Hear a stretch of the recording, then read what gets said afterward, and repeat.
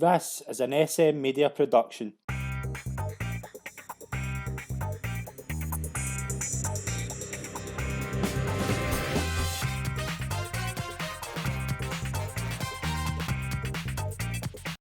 Hi everyone and welcome to the third episode of SM Media's Road to Cheltenham. I'm Scott McPike, delighted to be here again, joined again by Calum McClurkin. Calum, we're back into lockdown. It's pretty depressing times, but what would we do if we didn't have National Hunt Racing to keep us occupied?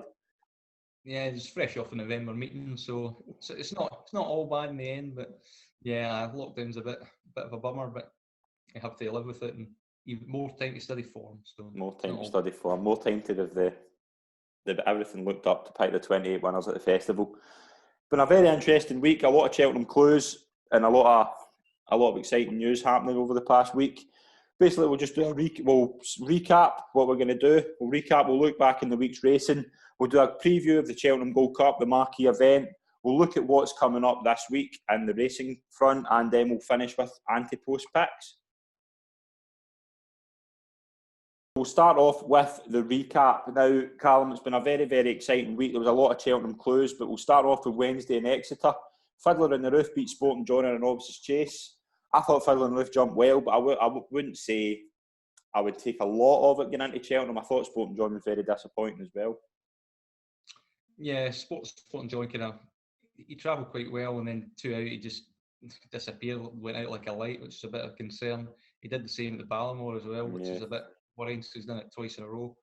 Fiddle on the Roof was good. The ground was a bit quick for him, maybe. Mm-hmm. But, the Dipper would be a good target for him in the new year. The proximity of the seconds, which he beat off quite comfortably in his novice hurdling days, kind of worry me about that form. But he could prove himself in the new year quite well. Yeah, definitely. We'll move on to Thursday in Clonmel. Shattered Love won the mare's chase. She was good. She jumped well, but I still think she'll need it really, really soft. Obviously, a former GLT winner, but the conditions that day were very, very soft, so I think she will need it soft. I think she's into about 10, 12 to 1 for the mare's chase. Yeah, softer the better for her, but she's 9 rising 10, so I'd be a bit disappointed if nothing else kind of came up and challenged her for a mare's chase race. I mean, if there isn't anything, then obviously she'd be of interest again, but she needed a lot of rain, I think. Mm-hmm, definitely. Another horse at Clonmel was Backazon, won the Clonmel Oil Chase. I don't think he's going to win at Cheltenham, but it was just an interesting race. I thought Sealos Emery was quite disappointing as well. Yeah, Backazon's 3 visits at Cheltenham are 6 and 2 non-completions. Yeah. So he's probably not going to turn up this time. I think these kind of provincial races around Clonmel, Classic Grade 1, Grade 2s is where he's going to really take all the prize money he can possibly get for Willie Mullins. He's probably going to be one for the domestic front. Sealos Emery is jumping, just let him down again. So too many times that's happened at the top level for him. Yeah. Do you think he'll go back to hurdles? No, I think he'll probably persist with fences until he makes a really bad mistake. Maybe he's a bit rusty, but it's jumping at this level just doesn't encourage me too much. Mm-hmm, definitely. We'll move on to the November meeting at Cheltenham on Friday. Protectorat was very, very good. I thought it was an excellent jumping performance. Won a 2 mile 4 novices chase. I think he could be a star, Cal. Yeah, probably one of the best British performances we've seen from a novice chase, particularly around 2 mile, 2.5. He's only 5 as well. He was very good for the Skeltons. The race kind of fell apart a bit. You can question what he beat in behind, but he did all, which was interesting. He's done that twice now over fences. He wasn't like that as a hurdler. He was primarily held up. He was held up midfield in a slowly run Coral Cup last time at Cheltenham that didn't go his way. But he was well back that day. He got punted into 12 to 1. So it's obviously a bit of talent about him. And yeah, interesting. And again, I think he could probably meet Fiddle on the Roof maybe in a dipper in the New Year's Day or something like that.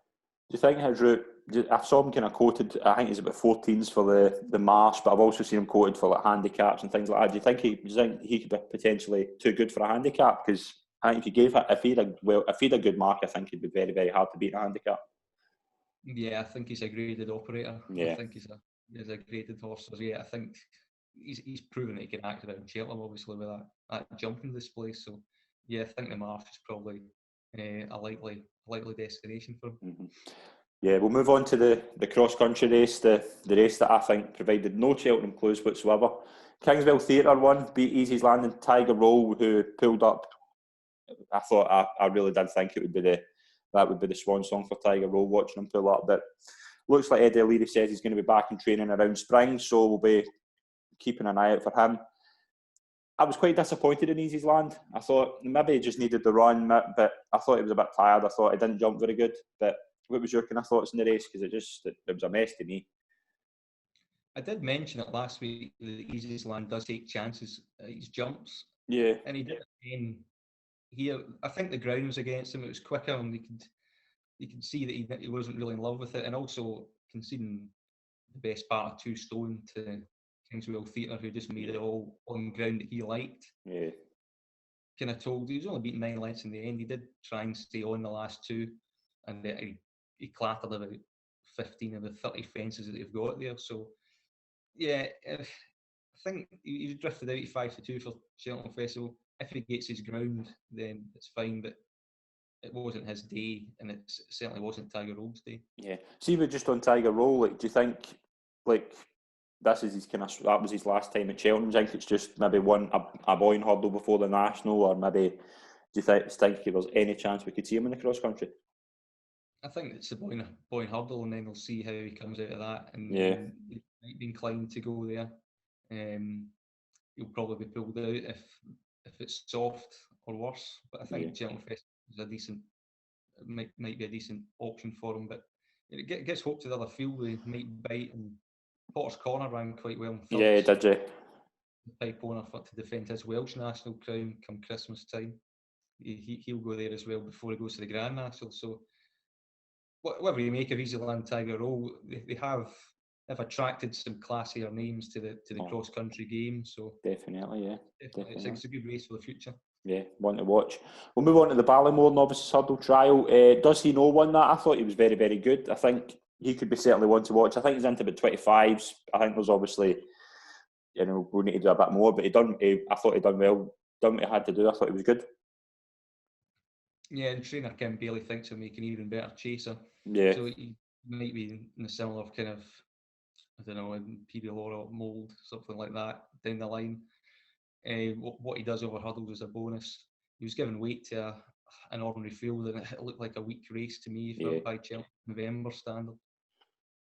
Definitely, but he's certainly one to watch. Just a quick one to mention: Fairyhouse Assemble beat Dial Care in a novices chase. Now, I don't particularly think Assemble's going to win a race at Cheltenham, but I just want to touch on Dial Care. I was a big fan of him as a novice hurdler. Fell his first time out and was pretty disappointing here, but I think both horses will need further, and they're both potentially RSA horses, but I don't see them kind of doing much in that race. Yeah, I quite liked Assemble. Thought he was quite sharp, and when the run-up came to him, he'd get battled back quite well and get his head in front. I quite like that out of a horse that's first time out. Dial Care just jumped really slowly towards the end, suggesting that he needs even further. The National Hunt East might be a better option for him. I was really keen on him as a novice hurdler, so much so I tipped him to be second behind Envoy Lane. Didn't turn up, but he's certainly not setting the world on fire over fences. We'll move on to Saturday. Dufflecoat won the juvenile hurdle. This race was pretty. I was more impressed with the second, Adagio. I think he could be one to watch for the Fred Winter trained by David Pipe, but Dufflecoat was okay. I thought Hell Red was very disappointing, but my takeaway was Adagio could be one to watch. Yeah, possibly in the Fred Winter for the Pipe team. They just went a furious gallop in ground that was getting softer and softer, and Dufflecoat benefited from the back. He was shunted along for quite a long way, so he never really travelled properly, you'd have to say. It certainly didn't travel like a classic Triumph horse that you'd want to back Ante Post. So yeah, I want to watch, but 4 for 4 now, Dufflecoat. So I think that with the Triumph, you can't. I don't think you can predict the Triumph until potentially after Christmas, because we don't know what's going to turn up, and we don't know what they're like. But we'll touch on Flying Scotsman, your Ante Post tip later on. But it's a mess of a race to pick this early on. But I thought it was a pretty weird race. But we'll move on to the 2 mile novices chasing the Saturday at Cheltenham. Eldorado Allen won it. Do you think he would have won if Gumball had stayed in his feet? No, I wasn't entirely convinced that he would. I think he would have mounted a challenge, but Gumball was still travelling the best of the pair of them, 2 out. Yeah. Obviously, that's still a long way out for Cheltenham. Mm-hmm. Given the way Philip Hobbs' string run by and large last weekend, the run of Gumball was very good. Yeah, definitely. Facile Raffles was quite disappointing. He ran in this race as well. Look, who would you think's going up with him? Yeah, ground went against him and he needs a trip now, I think. Mm-hmm. Do you think he's Mars territory now? He's probably not good enough anyway, so but probably Mars, yeah, if he turns up. Yeah, we'll just touch on, obviously the big race was the Paddy Power Gold Cup. Our tips were shocking. Our tips were poor. I had simply the bets and you'd Mr. Fisher. Ground played a part. Yeah, ground played a part without a doubt, but I wouldn't really take anything out of that race going into the festival. I'd quite like to see both Simply the Bets and Mr. Fisher again and ground that suited them, but I wouldn't really take much clues. Give an honourable mention to Spirit of the Games, who was second. Oh, yeah, definitely, yeah.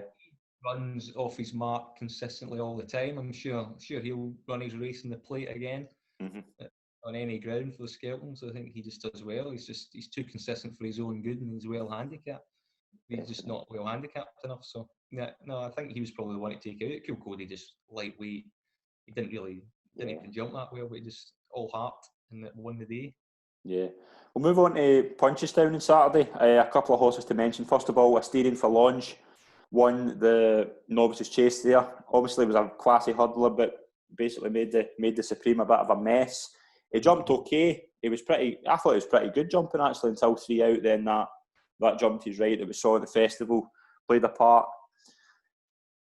I still think Cheltenham. I don't know if Cheltenham's going to be his track, but he's certainly.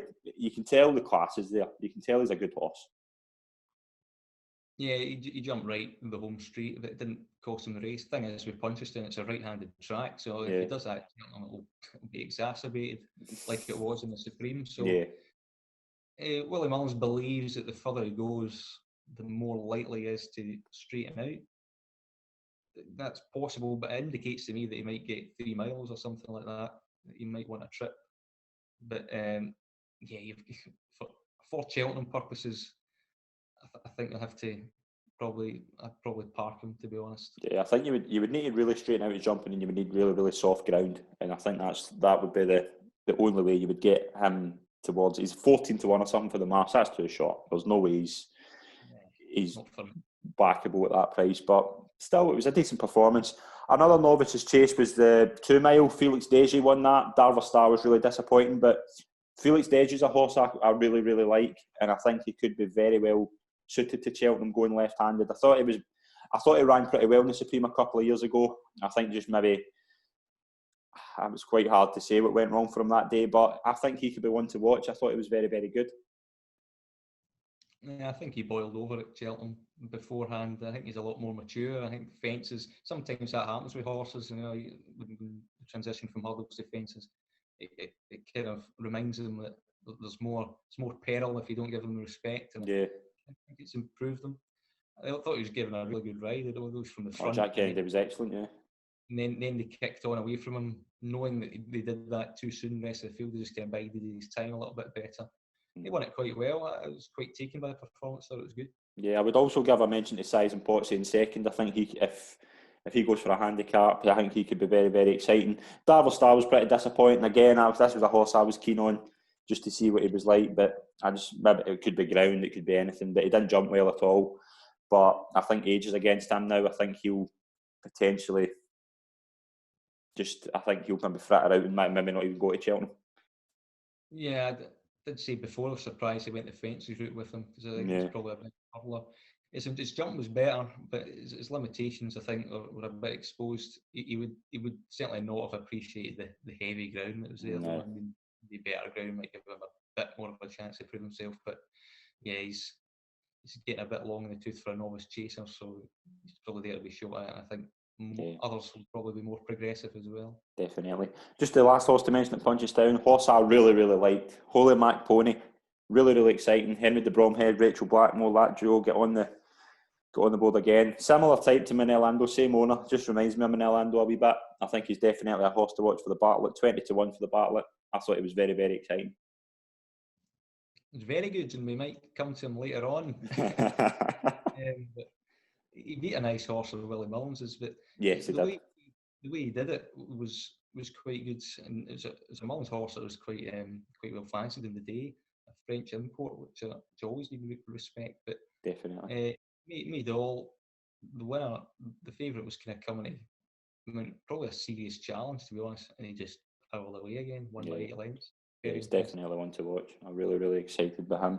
We'll move on to Sunday at Cheltenham, the big breakaway, won his beginner's chase. We knew when he was a novice hurdler that he was going to be better over fences, but he jumped absolutely tremendous. I think he's into 8-1 for the RSA. I would still say right now that's too short. I would quite like to see. Obviously, I think he's going to the Cottle Star in Boxing Day, but done everything right. Very, very exciting horse. Very good. The way he pinned 3 out as well. Yeah, well, it was a lovely jump, yeah. Very impressive. I believe Thistlecrack won this race for Yes, he did, yeah. the Tizzards beforehand, 2016, this race. So it's one they like to target with their big classy novices. They went slow early on. First 2 miles was kind of sedate pace. Yeah. The butcher said was maybe thinking about putting a challenge in before he clattered the second last, but he was obviously travelling well within himself. So, yeah, no, he's very good. Kempton in Boxing Day for the Cottle Star seems a logical place to go for him. Definitely. I thought it was really, really good. We'll move on as well. Put the Kettle on, won the slower chase, beat Duc de Ginevra and Defy de Soy. Defy de Soy, where do you go from there? Put the Kettle on, was battled back to win Duc de Ginevra. Can I just touch on Duc de Ginevra quickly? I think the Arkle he won was the worst Grade 1 you'll ever see at Cheltenham. And can I just say why? The horses that were in it have only won 1 2-mile 5 hurdle since. So to me, that's not good form. No. Everyone was looking for a gamble in that race at the day, and I think everyone landed in Hardline and did nothing since. Yeah. But the horses like Layla, Glen Forza, us and them, nothing's come out of that and set the world on fire. So, but I thought Duc de Ginevra ran okay. I thought he get far too much of a start and put the Kettle on, done really well to win, but I still wouldn't. I think 8-1 for the champion chase is a terrible price. Yeah, for a horse that's been constantly underrated for about the best part of a year, it's now a little bit overrated in the champion chase market. I think. I mean, she didn't like the ground, and she fought really hard for Ian Coleman. Yeah, does, and her Cheltenham record can't be knocked. So no, not at all. It's very, very tough. Early 160s is a rating that shouldn't be good enough to win a champion chase, but last year it did fall apart. So but apart in a similar vein, then maybe 8-1 could tempt a few people if you're in the camp that you believe. Oh, Altior's is going to be 11 by the time it's out. I haven't seen Shaq and Poursois come around Cheltenham. She's a kind of tough one that you turn to, and given the way Defy de Soy ran as well, you'd have to be hard pressed to back him for anything. Definitely. You just mentioned Altior there. Apparently, Nicky Henderson said they worked really well yesterday. So certainly, if he's back to that form of a couple of years ago, he could be one to watch. But Defy de Soy, I just think, has just run pretty flat. Was it ground? Was there another factor? We don't know, but there's nothing to suggest he's going to get back to what he was. It was a bit like champion chase all over again. It was just a really flat. He travelled better than he did that day. Yeah. He made a really bad mistake at the first. He just trotted through it really, and that kind of set alarm bells ringing. And then he started travelling okay, and then a bit like Sporting John just earlier on with Philip Hobbs' team, he just petered out. Yeah. We round the bend for some reason. Maybe the desperate ground again is something that he doesn't quite appreciate. I think he's probably got a better action for. He could probably handle soft, but I think heavy is probably a bit desperate now. But he still has a fair bit to prove now. Yeah, I just don't know where you go from there with Defy de Soy. Punches down with a few good horses to mention. Pencil Full of Lead beat latest exhibition. I was very surprised at this race. I think it proves that latest exhibition potentially needs up and trip. But Pencil Full of Lead, I think, could be one to watch for the RSA. Yeah, the winner was very good. I mean, his jumping was excellent. Yeah. He's a real springer. I think he's a bit of a late bloomer for Gordon Elliott. Rachel Blackmore gave him a brilliant ride. Very fluent in latest exhibition. There wasn't many excuses for him. He was off the bridle first. No interference. He had a lot of chances at the ground. I don't think it was a massive negative for him. So maybe just had his limitations exposed a little bit. From the Paul Nolan yard, you look at these kind of smaller yards and you think, well, a bit like Darver Star, Gavin Cromwell, sometimes you look away from the Elliots, the Mullinses, the Henderson, you say, how much do they really have in hand down the line? Yeah. And maybe latest exhibition doesn't have as much scope for improvement as some others around him at the top table at the moment.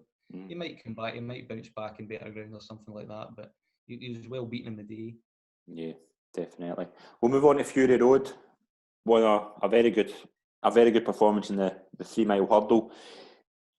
I'm surprised they've stayed in the hurdle route with him. I thought he looked a very good prospect over fences. I think that could have been the option that went down, but he's certainly a play on the stairs hurdle if he goes there. Yeah, I imagine he will go there. 12-1, something like that for it. Yeah. I don't think he did enough to be cut from 20s to 12s for it. I thought it was pretty smart. I thought he didn't have much to beat, right enough. But Jack Kennedy admitted that it was more or less a schooling session for him. Didn't really need to do much. It's bossed a field that should dominate, and you probably just want to see him over graded company sooner rather than later. Definitely. We'll move on to the big race of the week, the Morgiana. What do you think? The Morgiana drama, yeah. I was glad to see Abacadabra win it. Yeah. It was an unsatisfactory race, I think, for most people, and the fact that the champion hurdle market has been unmoved from it says it all. And maybe the big winner out of it is Epatont because of Yeah, I think as well. See if you had the choice between Abacadabras and San Roy for the champion hurdle, who would you pick right now? Pick Abacadabra just purely because he's got graded form in the book. He's won 2 grade 1s, 3 grade 2s. He almost won the Supreme, which I think is going to work out well. And for all St. Ra, it could be very progressive and got within a neck and was more unlucky than Abacadabra in the day in the Morgiana. Yeah. He still has to make the step up to graded company for me. If we're both at the same price, I'd probably just side with Abacadabra for now. I didn't understand it. I wasn't as angry as some people with San Ra. I backed San Ra, but I just didn't think. I thought we'd see a bit more. I think though, again, if it was 2 mile 1, San Ra would have won about 5 lengths. So I certainly think I would take more out of San Ra than Abacadabras, and I don't dislike Abacadabras. I just don't think he's good enough to win a champion hurdle. It was a disappointing race. I thought. Well, it wasn't a disappointing race actually. It was pretty good, but the problem was I'm not any further forward with these 2 horses than I was going into the race. So I thought we would see an excellent performance with one of them. I was more impressed with Jason the Militant than I was with the other 2, and that's I don't think I'd be saying that. No, Jason the Militant probably needs filler as well. Yeah, he'd probably seen over filler. St. Ryan, it turned tactical like these small fields do, and it definitely didn't suit St. Ryan. It probably didn't suit Abacadabra, but Abacadabra was just given the better ride in the day and won. Yeah. The worry about Abacadabra was he was a best part of the length clear, travelling by far the best over the last. And even in a downhill finish like Punchestown, he still tried to tie himself up and get beat. St. Ryan was very keen early on, and neither of them jumped particularly well, but he was penned in against the rail and couldn't quite get a clear run at it. Yeah. So, I wouldn't write either of them off, but none of them set the world alight. Definitely. Well, last horse to mention, Fighter Allen won a novices hurdle. Brother to Envoy Allen. Do we think Lightning's going to strike twice with this one? I think he'll need a bit more. He was pressed for lead early on, did quite well. Gradually, he's a gradual improver in my book, though. I think he'll need to be nursed along. Yeah. he's a bit more mature than his half brother, but it was a good enough performance. His favourite, he kind of held on. It was more workmanlike than classy, but he's a Mullins horse. No doubt that he'll improve for it. So I wouldn't write him off at all yet. Hollow Games was good in the bumper as well. Yeah, In the race after. And he looked pretty smart. I think he was cut to 20-1 for that, so that might tempt a few people. Gordon Elliott's bumper horses look excellent so far. Yeah. Who'd be your best one out of them so far, do you think? That isn't Sir Gerhard.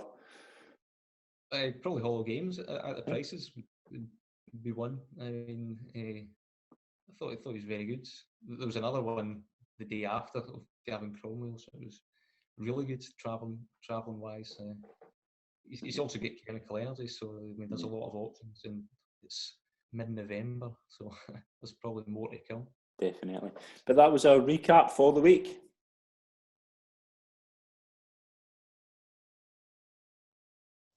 Now we'll take a look at the big race at the festival. We'll look at the Cheltenham Gold Cup. Calum, this is the big race of the week. This is the one where we look at the most and see what was. It's the race that gets us all going over the week. But we'll look at the market. Album Photo, the two-time champion, going for 3 in a row, leads the market at 6-1. Second place last year, Santini at 7-1. Manila, Indo and Champ at 8. Lost in Translation 10-1 and 16-1 Bar. Calum, I just want to ask you just as well, we'll touch on the favourite Album Photo. Like, the last horse to do 3 in a row was Best Mate. Like, do you think he's got a chance to do it? He does, yeah. He's extremely consistent. He always runs to his mark, which is now in the mid 170s. Yes, this kind of tried and tested route of go to Tramula on New Year's Day and then just go to Cheltenham Festival and get it done. For the first time he won it, he didn't jump particularly well, but he just emerged through the rail, nicked a lead in the second last and stayed on really well. It was impressive enough in a really open race. And it was the same last year. It was a really open race. This time there was not as much pace on, and Paul Tierney made a crucial switch from outer tenor to out. Probably won him the race in hindsight. And his best jump was at the last when it mattered. And I think that's a sign of a horse that just his confidence in the winning, having the winning thread, I don't think can be underestimated ever in a Gold Cup. So yeah, he's definitely got a chance, but the proximity of the field behind him suggests that it's going to be a lot harder this time around than the last two. And I quite like the way he does it. He goes on New Year's Day, goes to Tremor, similar to the Best Mate route, and wins that, and then goes on to the Gold Cup fresh. And I thought he jumped better last year. I think his jumping's improved each time he's ran. So I certainly think Album Photo's still the one to beat. Santini at 7-1. I've never been Santini's biggest fan, but you can't ignore his form and statistics. He's been a very, very, very, very good chaser. I think he's a 2022 Grand National winner. I think he's that type. I just don't know about a Gold Cup. I think he would have won the Gold Cup last year if it was 10 yards further. But again, I think he's more of a further staying chaser. But Santini, you can't ignore Santini. No, the problem for the Grand National is he's rated 172. How on earth off that? I've got no idea. But he's very hard to get fit. I think he lays off. He's very lazy. The blinkers work wonders. I think in the Gold Cup for me, he's definitely very close. Yeah. He does try when the penny drops, but Nico de Boinville always seems to have to niggle at him practically all the time. Even in Newbury's jumps, it's kind of the schooling session that Nicky Henderson had last week. He didn't look that particularly fit, to be honest. He was probably in the Christmas hampers or something like that. It looked massive to me. It seemed like the likes of Epito and Altio. I know they're obviously different types, but it looked like a kind of different animal. Never mind different breed. It was a bit crazy, but. No, he is honest. I don't like the Cotswold chase route that they always take with him. Normally that's kind of a graveyard for horses, but I think in this case he needs a run a month before a Gold Cup just to get fit. Mm-hmm. I think think he has a chance. He certainly has a chance of reversing the form album photo, because last year's pace, it wasn't what he wanted. He did really well to get that close. Definitely. The RSA last year was a very exciting clue, and the 1-2 are pretty high up in the market. We'll start off with Champ, 8-1. He's going to make a jump better if he's going to win a Gold Cup. Obviously, we know he's going to stay. We know his stamina's certainly improved and then some. But jumping wise, he would need to improve massively to contend in a Gold Cup in my mind.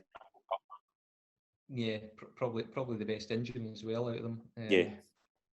I think they've tinkered with his wind, because in the second win in the RSA kind of came really late in the day. He was good. He's progressive enough. I think there's potentially a lot of untapped potential there.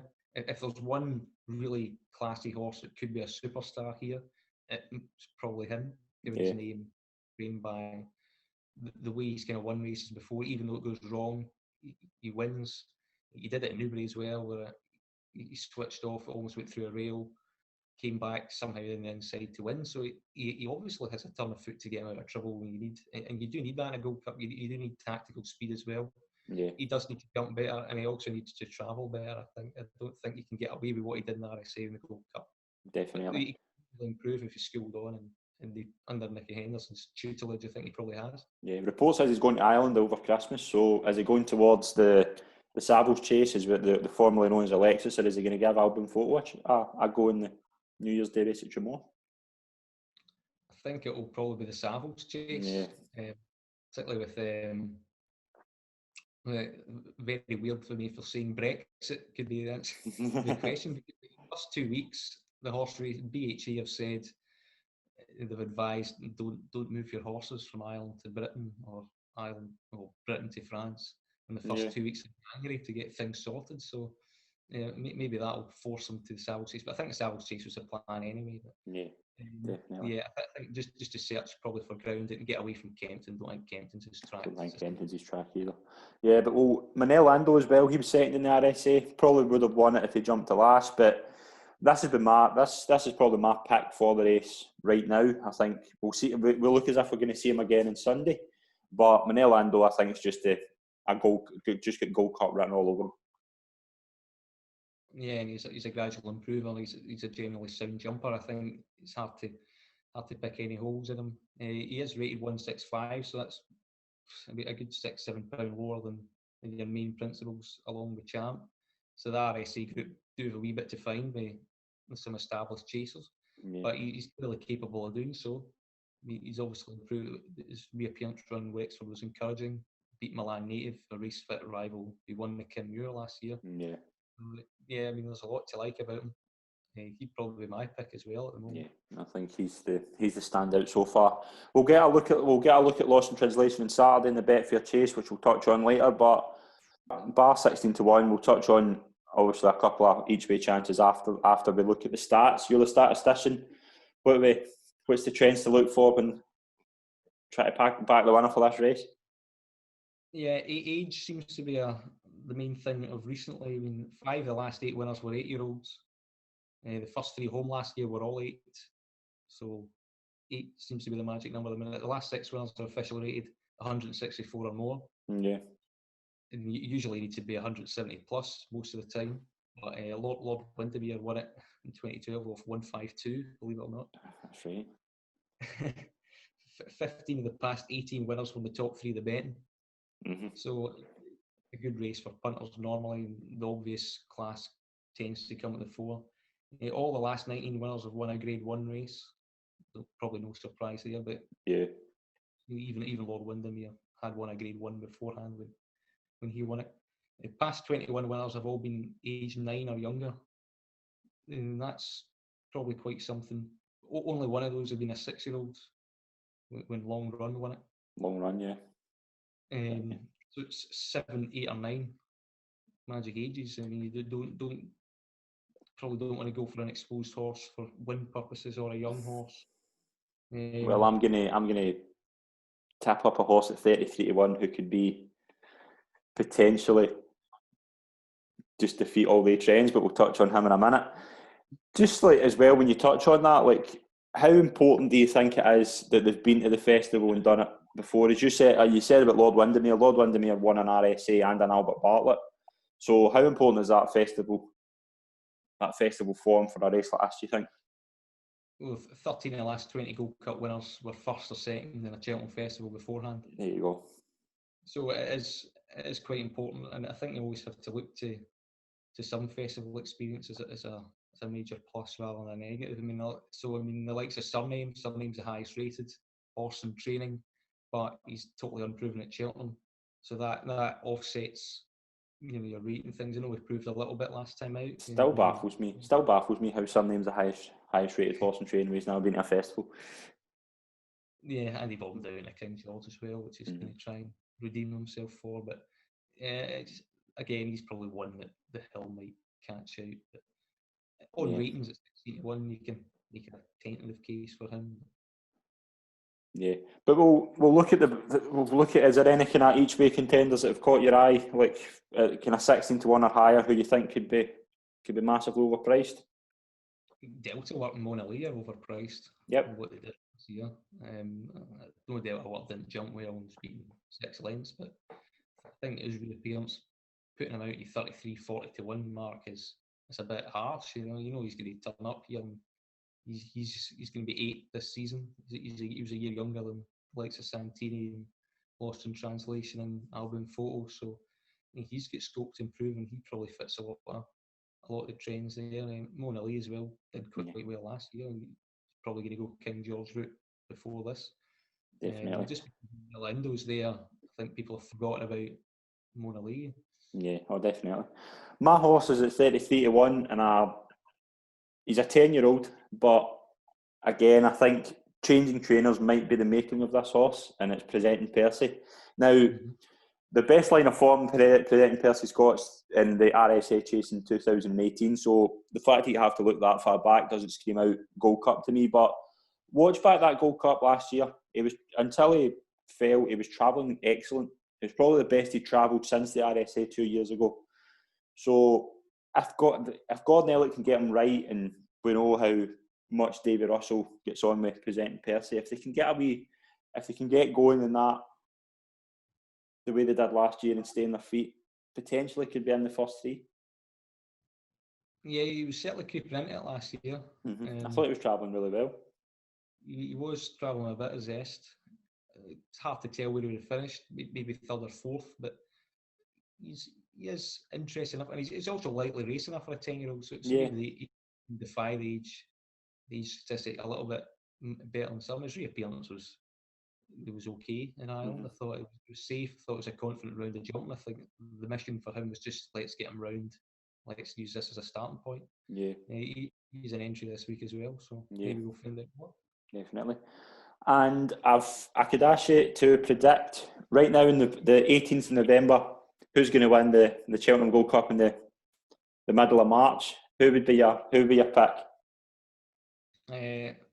Manila Indo fends off Lost in Translation with Album Photo in 3rd. I'm going to go for Manila Indo to finish first, with Champ chasing him up the hill with Lost in Translation in 3rd place. And that was a look at the 2021 Cheltenham Gold Cup.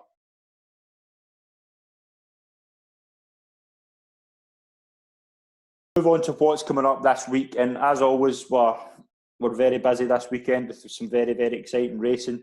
We'll look at the big race over the weekend, which is the Betfair Chase, the Grade 1 at Haydock. Lost in Translation leads the market 11-10, Bristol Demise 7-4, Clan de Zobo 11-4. Calum, Lost in Translation won the race last year. How excited are you to see this race? Yeah, it should be a good match between all 3 of them. I like Lost in Translation. I think he's a very classy operator. He won this race last year, of course, beating Bristol Demise. He'll be looking to do the same, but I don't think he's going to get the ground that he wants in Bristol Demise.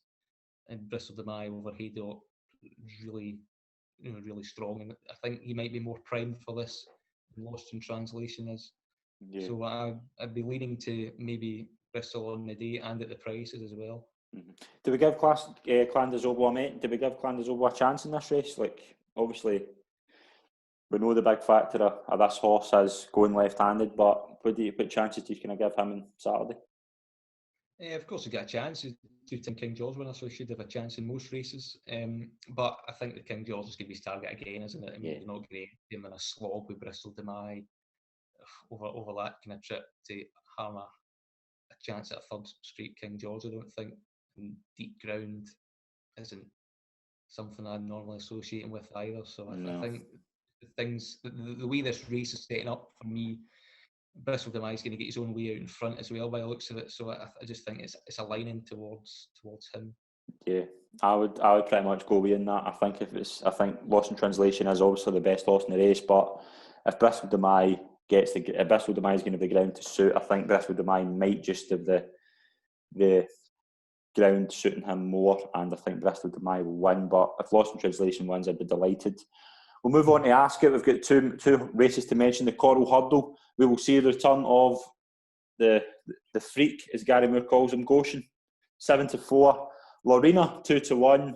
This could be very, very exciting. It's over 2 mile 3, so it could be potentially a very, very exciting clue. But what do we kind of think going into this? Yeah, it's interesting. Goshen, I'm surprised that he's starting over 2 mile 3 rather than 2 mile. Maybe they didn't find a race for him, but it seems to be some good enough high grade 2 miles that they could have ran him in. It's a bit of a recovery mission for Goshen at the moment. He's got a bit to prove, and I think just looking at the prices, I think you've got to try to take him on if you're having a bet in this, given what he's done beforehand. The one that I'd be inclined to take him on is Song for Someone, like Tom Simons. His 5-year-old, he's got some really decent form about it. He's forgotten about it 5-1 a little bit. The ground, he's only 5, he's quite progressive. Call Me Lord will like the ground as well. Nicky Henderson's, his reappearance run was rather flat and usually goes fresh. And he's got to give weight away like the one that I've put up there, Song for Someone. But no, it's an open race. Lorena,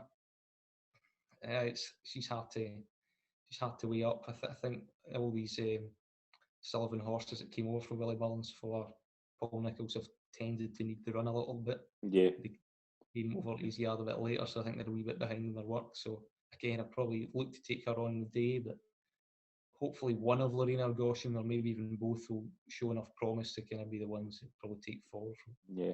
If Goshen wins this race the way he won at Ascot last year, what price does he go off? What price does he go into for the Champion Hurdle? Because he's 7-1 now. If he wins that as convincingly as he won at Ascot last year on a juvenile, what price would you give him for the Champion Hurdle?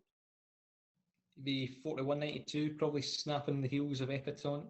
I think you'd have to move him to second favourite purely because of how unsatisfactory the Morgiana was a week before. You'd have to, with a view to the Champion Hurdle. Mm-hmm. If a clear-cut winner like that, it does change things a little bit. Does ground worry a bit for Goshen?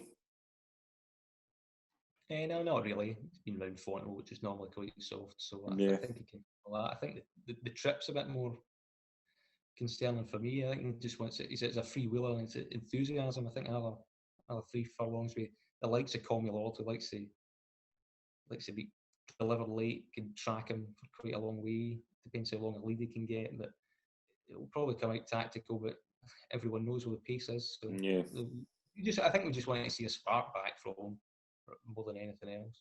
Definitely. The 1965 chase, that was the venue of the duel between Suriname and Altior last year, but it's not going to be not as much going to show up this year. I think we're just going to see Imperial Aura just get a solo. I think Imperial Aura is going to go here. I think Imperial Aura will win this comfortably. Imperial Aura, Real Steel, Black Cotton. It's a good wee race. Maybe it could go here. Imperial Aura is the one I like. I think just simply because he's probably the most trustworthy. I think Real Steel again, similar mold to Lorena in terms of a Sullivan horse coming over to Nicholls that he might need to run. I think there's probably more to be had further down the line. It's a starting point for him. Black Cotton, the softer it goes, I think it's a slight negative. But he sets a decent enough stand. He's a 160 operator, and Imperial Aura can put him in the sword quite well. and then it does show that he's made another step forward in his career. Yeah, definitely. We'll move on to Navan on Sunday. We've got an exciting Grade 2. We've got Manila Ando. Has he got an entry for that? Do you think Manila Ando's going to go? And if he does, do you give him a chance? I think he will, and I think he'll win. Yeah, I think he will too. I think he'll just find them too good. But there's also a really exciting race I want to touch on Friday. We have a maiden hurdle at Gowran Park. Now, I'm not saying all of these three are going to show up in it, but Fairney Hollow, Appreciate It, and one of my favourite horses, Bob Ollinger, have entries. Even if one of these turn up, we're going to get a clue as to how good they are. Because I think whoever goes here, I think it's going to be very, very hard to beat. I think only one of them will turn up, but I think it'll be very, very good to watch. Yeah, there's Gowran on Friday, Naas Saturday, Navan Sunday, Cork Sunday, and I think all those that you've mentioned there have got entries more or less across the board. So I think they'll probably split each other up, see what. So there's a good chance we might see them all. Farrick Delane might come out as well. Yep. Fire as well. Commander of Fleet. Yep. Entry as well over the weekend. Alexa Danny as well is one to watch in the novice chase group, and so is Col Reevy, a nice mare that's tailor made for chases, and I think she's 28-1 with Sky Bet for the mare's chase. So if you're looking for something progressive, she went off 4-1 for the mare's hurdle last year. If you're looking for something progressive, keep an eye on her if she runs, because she'll run over fences. Definitely. She may just bring on the mare's chase coming down the line, but and there's also season chasers to look out for in Ireland. Allaho, Mellon, Fakir, Notebook, Cashback, and Manila Indo, of course. So there's plenty of quality on the show. Again, so we've got a very, very exciting weekend to look forward to this weekend. We'll move on to our third Ante Post picks, and we'll look at our Ante Post picks so far. I've got Bob Ollinger at 16-1 to win any race at the Cheltenham Festival. Honeysuckle to win any race at the Cheltenham Festival as well at 3-1. Callum's got Cobbler's Way at 50-1 for the RSA Chase, and we saw the first of Callum's Ante Post picks run at the weekend, 40-1 Flying Scotland for the Triumph Hurdle. What was your kind of takeaways from it? Didn't win, but what was your kind of takeaways from it? Peculiar following it from a punter's perspective in an Ante Post, because he opened up overnight 2-1 joint favourite for it. Yep. Which was quite something. I think, all right, okay, and obviously I think they've got something here. And then you wake up the morning after, he's out to 8-1. Yeah. Weird, isn't it? Suggests to me, oh no, right, you kind of know your fate early on. Heavy ground was obviously too much for him. Probably should have pulled him out. Joseph's other horse won it, ironically enough. He's about 25-33-1. But I just think it was all about conditions. He didn't jump particularly well at the start. To his credit, he did plug on all right. And the fact that the market opened up quite strongly for him, there was a decent word about it beforehand. Obviously not in the day. Maybe he wasn't trained for that day. Maybe he might need better ground. But yeah, the market didn't really drift him out too much. I think you can get 66-1 places, but some bookmakers cut him into 40s and he's still 50s. So yeah, live in hope, but bit to prove. We'll see. Brilliant. But we'll move on to our Ante Post picks for this week. I've selected 2, and are you going to match me? Are you going to go for 2 as well? I shall. I'll match it. Yeah. Brilliant. We'll start off with you. Give us your first one. Who you got? One we touched on earlier. Holy Macapony for the Albert Bartlett. Brilliant. 21. I'd probably get it before it goes. Striking similarities to Mona Lee and to Manila Indo. Yeah. And none of them did what he did in his debut. A very good French horse, Willie Mullins. He was who was favourite, the second favourite. Came to him, challenged, pulled away, pulled further and further clear. There's a grade 2 down the line, I think, in Navan that he might go for. So keep him unexposed over an intermediate trip and then step him up for the Albert Bartlett, because he looks like a horse that will relish every single yard of that trip. And looking at the entries of Appreciate It and stuff like that, a lot of them are over 2 mile instead of 2.5 mile, which gives me an indication that Willie Mullins thinks he's maybe a bit too classy, and he wants to protect him a little bit over novice hurdlers, and he's more of a chaser. So we'll not step him up to 3 miles this season, or be reluctant to do so. So out of the novice hurdling division, I think the Supreme already looks competitive. The Ballamore looks competitive, but there might be value in Albert Bartlett, and I think having Holy Macapone on side early on for Henry de Bromhead, who likes the race, has a decent record at it. Yeah. And 20-1, I think, is a fair enough price at the moment. Brilliant. You've picked Holy Macapone. I'm going to go for a horse in the National Hunt Chase. I'm going to go for Galvin at 6-1. Now, doesn't obviously the price is a little bit short, but I just think that second season novice form, I think, is just going to be too good. Will he stay? That's what we don't know, but we say that about every horse that goes for the National Hunt Chase. How many novice chases are there at 3 mile 6? So I think he's the best horse in the race. I think he's the best horse so far to come out of that. So I'm really, really excited about him. I'm going to go for Galvin at 6-1 for the National Hunt Chase. Then second to Imperial War on the Northern Trust last year, I think is very, very good form. So I'm very, very confident with him, and I'm going to get him in early. Galvin 6-1 National Hunt Chase. Who's your second one, Callum? It's a double. Shishkin to win the Arkle and Envoy Allen to win the Marsh, and you can get about 1 for it. How and much? I just haven't seen it. 10-1, I think you can get, which is not bad. Printing money. It seems to be that way to me. I mean, I don't want to steam, but what beats Envoy Allen at the minute, I don't know. Although most exciting, I see Chantry House is getting an entry asking on Friday. Yeah. He might be the one that could mount a challenge, but it's going to be your same horses that you beat in the Ballamore, and Easy Work has done quite well, but I've not seen enough for him to reverse his form with Envoy Allen at the moment. We'll probably know more in graded company, but he's unbeaten, and I expect him to be so. And I just want these two on side right now at something that's backable. And I think a double 10-1 pre-festival had the double at 64-1. The day after Gold Cup day, I think Shishkin was 5-1 Arkle and Envoy Allen was 6-1 Marsh. While all the rumours were, will Envoy Allen go 3 miles straight away, or will he stay Marsh?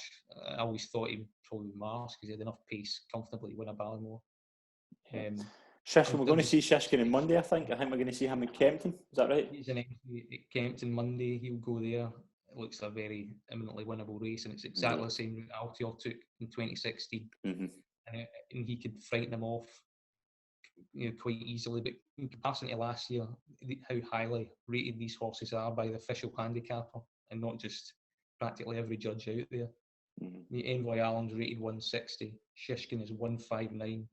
Last year's highest rated horse in the Arkle was Notebook, and he was off 158. Right. Okay. So he won the Irish equivalent, and he was comfortably coming into the race the best 2 mile novice chaser around. You could only hit 158 before the race. And the Marsh's highest rated Sam Crow was 157. So Envoy Allen's already rated officially £3 superior to that. Yeah, definitely. So you think, as with Shishkin's, just if he transitions to fences, he's going to be a star? Yeah, Shishkin's already £1 higher than Notebook was, and he went off favourite at the same price last year. And this year, to me, I've not seen a lot that should worry him, because I think most of them are going to go up 2.5 mile. Yeah, definitely. Willie Mullins is Tongue Hopes and Classical Dream. If the grounds get the word good in it, he's not going to. No. He's not going to trouble Shishkin probably. Unaccepted, I think, might be interesting. Felix Deji might be one go against him. But I mean, Darver Star's disappointed. So where do you go? I don't really see much worrying him at the moment. And if I was recommending a single out of the two of them, it would be Shishkin, not Envoy Allen at the prices, because you can get 3-1 Shishkin. Definitely. I think Altior went off 1-4, and Altior was rated 117. He was £19 superior on the day when he won. Definitely. And it's a race that can cut up badly as well. So I mean, everyone ran away for footpad, and it's a 4-runner race, and won at 45. So definitely, to scale them off. Definitely. So I think both of them 10-1, double it up. Definitely, brilliant pick. I'm keen on that. I'm going to go for something a bit different. I'm going to go for a horse that we haven't seen since the Ballamore in 2019, but I think Bright Forecast at 25-1 to win any race at the festival. he was third in that Ballymore behind Champ and City Island. Now, the problem with Bright Forecast is, obviously, he's been injured. We haven't seen him since that Ballymore, but I thought he was really, really good in that Ballymore. He was also second to Mr. Fisher before the Ballymore in a novice hurdle, so good form. I think it's very, very good form. Looks to be a staying chaser. I think there's quotes of about 33s, 40s for the RSA. I think if we see him kind of soon and he jumps well, I think that could be a big, big price. Trained by Ben Pauling, I think Bright Forecast could be a very, very exciting horse if he comes back to full fitness. Yeah, could be. So that's it. But you're going for Shishkin and Envoy Alen in a double at 10-1. And also you are going for Holy Macapone at 20-1 for the Albert Bartlett. I've got Galvin 6-1 for the National Hunt Chase and Bright Forecast 25-1 to win any race at Festival. And that is us for this week. Thank you very much again to Callum for coming on. Really enjoyed it. Pleasure as always. Brilliant. And we will be back again next week and we will be recapping all the big races over the weekend. And we'll be looking at the big race the weekend after, which is the Hatton's Grace Hurdle at Fairyhouse and also the Fighting Fifth at Newcastle. So thank you very much, everyone. We'll see you next week. Cheers.